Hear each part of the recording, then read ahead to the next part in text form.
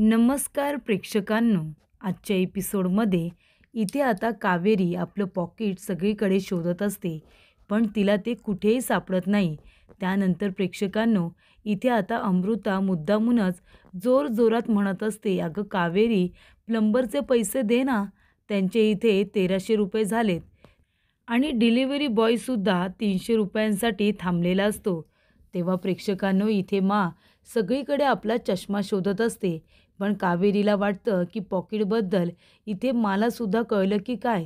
इथे म्हणत असतात की कुठे ठेवला काय माहिती, मलासुद्धा आहे ना वयेच्या मानाने काही गोष्टी आता आठवतच नाही. तेव्हा कावेरी विचारते की तुम्ही काय शोधताय?" तेव्हा म्हणत असतात, "अगं मी माझा चष्मा शोधते, कुठे ठेवला मी माझा चष्मा?" तेव्हा कावेरी म्हणते, मी तुमचा चष्मा बनवायला दिला होता आणि तो बनवून आलाय सुद्धा." तेव्हा म्हणते की "मला न विचारता तू माझा चष्मा बनवायला का दिलास?" कावेरी, मला ही गोष्ट अजिबात आवडलेली नाहीये. तेव्हा इथे यश म्हणत असतो की असू दे, कावेरीने हे सगळं मनापासून केले, तू उगाच त्यांच्यावरती रागू नकोस." तेव्हा इथे म्हणत असते, "ठीक आहे, दे माझा चष्मा, कुठे आहे? आला का माझा चष्मा, देतेस ना?" इथे आता कावेरी मात्र शांतच उभी असते. म्हणत असते, "काय झालं?" तेवढ्यातच अमृता म्हणते, "अगं कावेरी, प्लंबरचे 1300 रुपये दे ना, कधीपासून ते थांबले तिथे." तेवढ्यातच तो डिलिव्हरी बॉय आतमध्ये येतो आणि म्हणत असतो, "काय चाललंय काय तुमचं? 300 रुपयांसाठी तुम्ही मला इथे का थांबवून ठेवलेत? कुठे आहेत 300 रुपये? मला पैसे द्या आणि मलासुद्धा इथून निघू द्या." त्यानंतर प्रेक्षकांनो, इथे विद्याला खूप वाईट वाटत असतं. जेव्हा कावेरी शांत उभी असते, तेव्हा म्हणत असतात की "कावेरी, काय झालंय काय? अगं तू प्लंबरला आणि डिलिव्हरी बॉयला त्यांचे पैसे का देत नाही आहेस? तू अशी उभी का राहिली शांतपणे?" तेव्हा कावेरी म्हणते, माझं पॉकेट हरवलंय आणि म्हणून त्या लोकांना द्यायला माझ्याकडे पैसे नाही आहेत." तेव्हा इथे चिडते आणि म्हणते, "काय? एवढे पैसे हरवले? अगं अशी कशी गं बेजबाबदार तू? तुझं पॉकेट तू कुठे ठेवलं होतंस, जे तुला व्यवस्थित ठेवता आलं नाही? सांगता येत नाही का तुला कुणाला तरी लक्ष ठेवायला?" तेव्हा इकडे म्हणतात, "याचा अर्थ तुम्हाला जी मी संधी दिली होती, त्या संधीचं सोनं करायच्या ऐवजी ती संधी तू हातातून घालवलेली आहेस. आता तुम्हा लोकांना जी मी परवानगी दिली होती बिझनेस करायची, ती परवानगी मी आता रद्द करणार आहे." तेव्हा इथे चिकू रडायला लागतो. विद्या म्हणते, "काय झालं, काय झालं? आपण तिकडे जायचं का? शांत हो बरं." तेव्हा इथे विद्या चिकूला घेऊन आता बाजूला जात असते, कारण चिकू इथे खूपच जास्त आता हालचाल करत असतो. त्यानंतर प्रेक्षकांनो, इथे आता चिकूला विद्या अमृताच्या रूममध्ये घेऊन येते. अमृताच्या रूममध्ये आणल्यानंतर इथे आता चिकू खेळत असतो, पण सारखा त्या दाराकडे आता तो बोट करत असतो. कपाटाचे दरवाजे त्याला आता उघडायचे असतात. तेव्हा प्रेक्षकांनो, इथे आता खूप भडकलेली असते. म्हणत असते की "तुला तुझं पॉकेट नीट ठेवता आलं नाही का?" जातात, आपलं पॉकेट आणतात आणि त्याच्यामधून इथे प्लंबरला विचारतात, "तुझे किती झाले?" तर 1300 रुपये. तेव्हा त्याला 1400 रुपये देतात. डिलिव्हरी बॉयला विचारतात, "तुझे किती झाले?" "माझे 300 रुपये झाले." त्याला 400 रुपये देतात. डिलिव्हरी बॉय म्हणतो, "हे वरचे 100 रुपये जास्तीचे का?" तेव्हा म्हणतात, "कारण धर्माधिकारी यांच्या घरामध्ये येऊन तुम्हाला थोडा वेळ थांबावं लागलं ना. पहिल्यांदा आमच्या घरामध्ये असं झालंय. त्यामुळे मी माझ्या सुनेच्या वतीने तुमची माफी मागते की तुम्हाला इथे थांबावं लागलं. पण म्हणूनच त्या चुकीचं प्रायश्चित्त म्हणून मी तुम्हाला जास्तीचे पैसे दिलेले आहेत." त्यानंतर प्रेक्षकांनो, इथे आता म्हणत असतात की "कावेरी, या घरामध्ये कधीच कोणी पैशांसाठी थांबलं नव्हतं. धर्माधिकाऱ्यांनी आपल्या दाराजवळ आलेल्या प्रत्येक माणसाला पटकन पैसे दिलेले आहेत, पण तुझ्यामुळे हा दिवससुद्धा आम्हाला बघावा लागला." तेव्हा इथे कावेरी म्हणत असते, प्लीज असं बोलू नका, माझं खरंच चुकलं." तेव्हा इथे पौर्णिमा म्हणत असते, "वहिनी, पण तुम्ही का माफी मागितली त्या मुलांची?" तेव्हा इथे सुलक्षणा म्हणते, "अगं मग काय झालं? मी माफी मागितली तर काय झालं? मी या घरची मोठी करती आहे ना. मग कुणाचं काहीही चुकलं तर मलाच माफी मागायला हवी आहे ना, कुटुंब प्रमुख म्हणून." तेव्हा कावेरी म्हणते, प्लीज असं बोलू नका, खरंच सॉरी, माझं चुकलं." तेव्हा प्रेक्षकांनो, चिकू इथे कपाटाचं दार उघडत असतो. तेव्हा विद्या म्हणत असते, "काय आहे आतमध्ये? तू का दाराजवळ जातोयस? तुला काय हवे सांग बरं चिकू? त्या चेटकिणीचा दरवाजा नको उघडायला. ती कशी आहे माहिती आहे ना?" तेवढ्यातच प्रेक्षकांनो इथे आता चिकू दरवाजा उघडायला सांगतोच. तेव्हा विद्या म्हणते, "काय आहे, काय आहे इथे? अरे वाह! बदक आहे का? बदक आहे का?" आणि तेवढ्यातच प्रेक्षकांनो विद्याचं लक्ष त्या कपाटामध्ये असलेल्या कावेरीच्या पर्सकडे जातं. तेव्हा प्रेक्षकांनो इथे आता म्हणत असते, की "कावेरी, तू हे सिद्ध करून दाखवलेस, की एकाच वेळी 10 दगडांवर पाय ठेवला तर काही साध्य करता येत नाही. तू घर आणि त्याचबरोबर बिझनेस दोन्ही सांभाळणार होतीस. घराची जबाबदारीसुद्धा तू स्वतःवरती मागून घेतली होतीस. ती तुला कुणीही जबरदस्तीने दिली नव्हती, पण तू स्वतःने ती जबाबदारी स्वीकारलीस आणि त्याचबरोबर बिझनेसची सुद्धा जबाबदारी तू स्वीकारलीस. पण एक ना धड भाराभर चिंध्या अशी गत झाली आहे तुझी. 2 दगडावरती पाय ठेवल्यानंतर माणसाला काहीही साध्य करता येत नाही आहे. कळते ना तुला यश? तुला तर या सगळ्या गोष्टी माहितीच आहेत." यश म्हणतो, "मा प्लीज तू एकदा फक्त कावेरीचं ऐकून घे ना. आता कावेरीचं पॉकेट हरवलं त्याच्यामध्ये त्यांची चुकी काय आहे?" तेव्हा इथे म्हणते, "मग कुणाची चुकी आहे यश? अरे तिचीच चूक आहे ना. आणि त्याच्यामध्ये पैसे होते की नव्हते, की आता पैसे संपले सगळे आणि म्हणून हिला घर चालवता येत नाही आहे, म्हणून तिने पर्स हरवल्याचं नाटक केलं सांग बरं तू." तेव्हा यश म्हणतो, कावेरी खोटं नाही बोलत आणि हे तुला पण माहिती आहे." तेव्हा इथे म्हणत असते, "आणि यश, तुला काय वाटतंय तुझी इथे खोटं बोलतेय का? अरे इथे चुकी फक्त आणि फक्त या कावेरीचीच आहे. तिला नीट तिच्या पर्सवरती लक्ष ठेवता आलं नाही. तिच्यामुळे धर्माधिकाऱ्यांची इज्जत गेली असती." तेव्हा प्रेक्षकांनो पौर्णिमा आपल्या मनात म्हणत असते, की कुठे इथे विद्याने काहीतरी मोठी जबाबदारी पार पाडायचं ठरवलं होतं.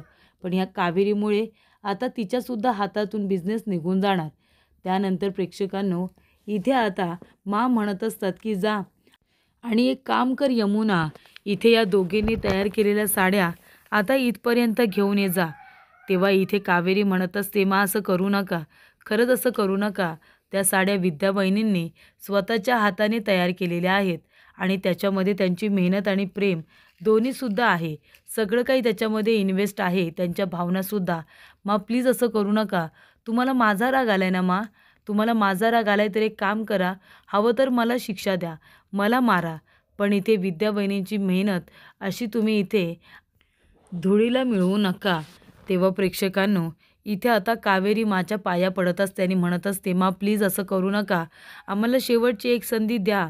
तेव्हा इथे म्हणत असतात, "कावेरी, तू हे बोलण्याचा अधिकार कधीच गमावून बसली आहेस, कळलं ना? तू अजिबात माझ्याकडून कुठलीही अपेक्षा आता ठेवू नकोस." तेव्हा प्रेक्षकांनो कावेरी म्हणत असते, असं नका करू. तुम्ही इथे विद्या वहिनींना बिझनेस करू द्या. हवं तर तुम्ही मला ओरडा, मला रागवा, पण विद्या वहिनींचा बिझनेस तुम्ही बंद पाडू नका." तेव्हा प्रेक्षकांनो म्हणत असते, "अजिबात नाही गं, मला तुझं काही ऐकून घ्यायचं नाही आहे. शिक्षा जर तुम्हाला दोघींना सुद्धा होणार." तेव्हा कावेरी म्हणत असते, नका असं करू.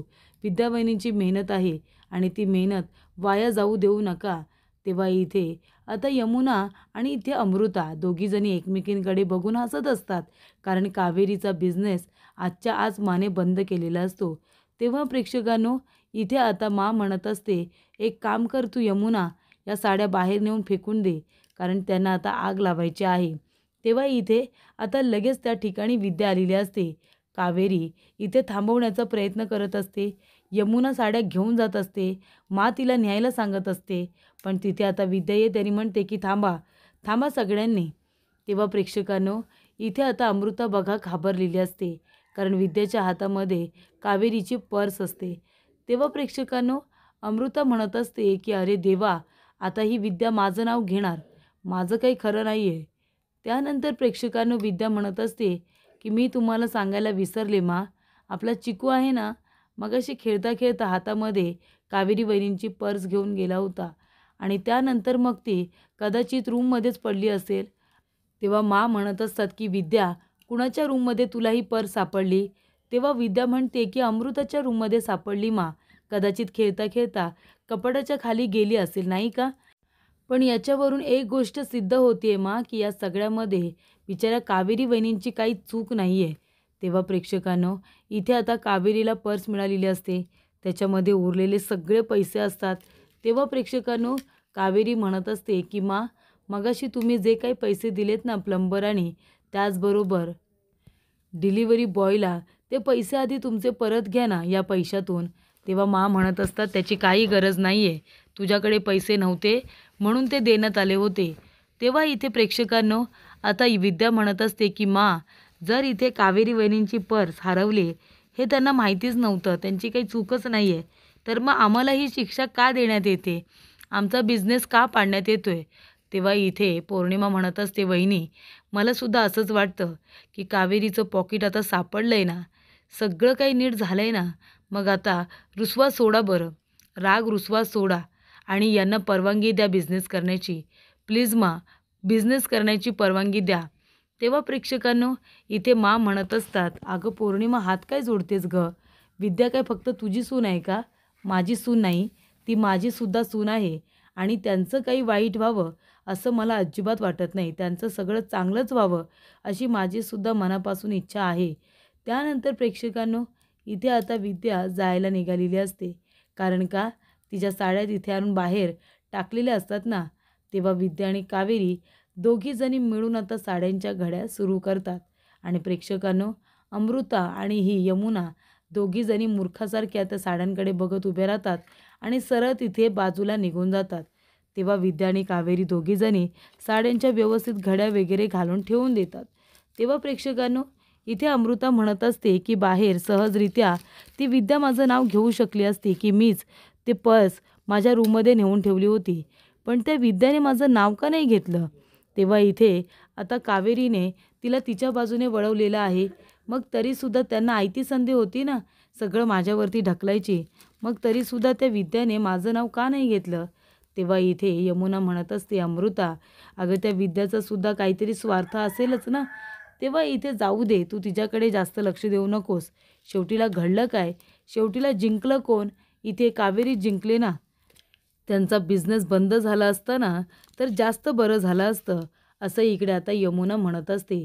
तेव्हा इथे अमृता म्हणते, त्या विद्याला मी माझ्या बाजूने करण्याचा खूप प्रयत्न केला होता, पण ती त्या कावेरीच्या नावाचा जप करत असते, पण आज तिने सगळ्यांसमोर माझं नाव घेतलं नाही, या गोष्टीचं मला खूप आश्चर्य वाटतंय. तेवढ्यात प्रेक्षकांनो प्रियाचा इथे यमुनाला फोन आलेला असतो. यमुना म्हणते, हां प्रिया बोल ना. तरी ते प्रियाने यमुनाकडे टी शर्टची आता ऑर्डर दिलेली असते. तेव्हा इथे यमुना म्हणते की प्रिया, तुला जेवढी ऑर्डर पूर्ण करून घ्यायची आहे ना तेवढी घे, तू जेवढी ऑर्डर सांगितलीस ती लवकरात लवकर तुला पूर्ण करून दिली जाणार आहे. तेव्हा इथे आता प्रियाने नकार दिलेला असतो की मला तुझ्याकडून त्या टी शर्ट खरेदी करायच्या नाही आहेत. तेव्हा इथे आता खूपच जास्त यमुना वैतागलेली असते. तेव्हा अमृता म्हणते, काय गं काय झालं यमुना, तू काय बिझनेस सुरू केला आहेस की काय. तेव्हा इथे यमुना म्हणत असते, हो गं, मी सुद्धा बिझनेस सुरू केला आहे आणि बघ त्या कावेरी आणि विद्यापेक्षा कितीतरी चांगल्या पद्धतीने मी बिझनेस करून दाखवणार आहे. मी मला दाखवणार आहे की या कावेरीपेक्षा मी बेस्ट इथे बिझनेस करून दाखवेन म्हणून. मी सुद्धा मला स्वतःला सिद्ध करून दाखवणार आहे. तेव्हा इथे अमृता म्हणत असते की अरे वा, मला पूर्णपणे खात्री आहे की या सगळ्यामध्ये ना तू जिंकणार आहेस आणि ती कावेरी हरणार आहे. त्या कावेरीला काय करता येते गं, काहीही नाही. यमुना म्हणते की मी मला दाखवून देणार की मला सगळ्यात चांगला बिझनेस जमतो. मी आता लाखो रुपये गुंतवलेत, लवकरच त्याचे 1,00,000चे 10 ते 12 लाख रुपये करते की नाही बघच तू, मलासुद्धा अभिमान वाटेल. त्यानंतर प्रेक्षकांनो इथे कावेरी हिशोब करत बसलेली असते. तेवढ्यातच तिथे आलेला असतो यश. यश म्हणतो, काय करताय तुम्ही. तेव्हा कावेरी म्हणते, काही नाही, जेव्हापासून पैसे दिले होते तेव्हापासून कुठे कुठे कसे खर्च केलेत हे सगळं लिहून ठेवले ना, म्हणून आजच्या पैशांचा हिशोब करते, बाकी काही नाही. तेव्हा इथे कावेरी म्हणत असते, पण हा हिशोब किती कठीण असतो ना, गणित इतकं कठीण का असतं. तेव्हा यश म्हणतो, कावेरी तुम्ही इतकं घर सांभाळताय, बिझनेस सांभाळताय आणि त्याच्यामध्ये हिशोबाला कंटाळताय, हिशोब जमत नाही आहे तुम्हाला. त्यानंतर प्रेक्षकांनो यश म्हणतो, द्या मी तुम्हाला मदत करतो हिशोब करायला. तेव्हा कावेरी म्हणते, नाही नको, मी करते हिशोब, तुम्ही काही करू नका. तेव्हा यश म्हणतो, हे काय आहे. तेव्हा कावेरी म्हणते, काही नाही, रुमाल आहे आणि त्याच्यावरती काहीतरी हाताने काढण्याचा प्रयत्न केला आहे. तेव्हा यश म्हणतो, काय काढले तुम्ही. वाय आणि के. तेव्हा इथे वाय म्हणजे यश आणि के म्हणजे कावेरी असं आता यश म्हणत असतो. तो म्हणतो की ही रुमाल तुम्ही तुमच्या हाताने तयार केली आहे ना. तेव्हा कावेरी म्हणते, हो, मला तुम्हाला काहीतरी गिफ्ट द्यायचं होतं, म्हणजे घरामध्ये प्रत्येकासाठी मी काही ना काहीतरी केलं आहे, पण तुम्हाला मी काहीही दिलेलं नाही आहे, म्हणून विचार केला की बाजारातून विकत आणून काहीतरी देण्यापेक्षा तुम्हाला स्वतःच्या हाताने काहीतरी बनवून दिलेलं बरं. म्हणून हा रुमाल तुमच्यासाठी. वायके, आवडलं तुम्हाला? तेव्हा यश म्हणतो, हो खूप. मला तुमचं गिफ्ट खूपच जास्त आवडलं. तेव्हा इथे यश म्हणत असतो की वायके, हे तुम्ही तुमच्या हाताने बनवले. म्हणजे इथे याच्यामध्ये याची किंमतच होऊ शकत नाही. हा रुमाल मार्केटमध्ये विकत मिळू शकत नाही, कारण त्याच्यावरती माझ्या बायकोने तयार केलेलं हे अक्षर आहे. म्हणजे यश आणि कावेरी दोघेजणं एकमेकांपासून कधीही वेगळे होणार नाही. आणि त्यामुळे जिथे यश तिथे कावेरी आणि तिथे त्या दोघांच्या आठवणी, असं यश म्हणत असतो. त्यानंतर प्रेक्षकांनो पुढील भागामध्ये इथे आता यश कावेरीचं कौतुक करत असतो. तो म्हणत असतो, बायको म्हणून मला तुमचा अभिमान वाटतोय. आणि यशने तिला आता टेपपट्टीसुद्धा दिलेली असते. तर प्रेक्षकांनो इथे यमुनाला काही लोकांनी रस्त्याच्या मधूनच आता किडनॅप केलेली असते. तेव्हा कावेरी सगळं बघते आणि तिला फॉलो करत एका गोडाऊनपर्यंत तिची मदत करण्यासाठी आलेली असते.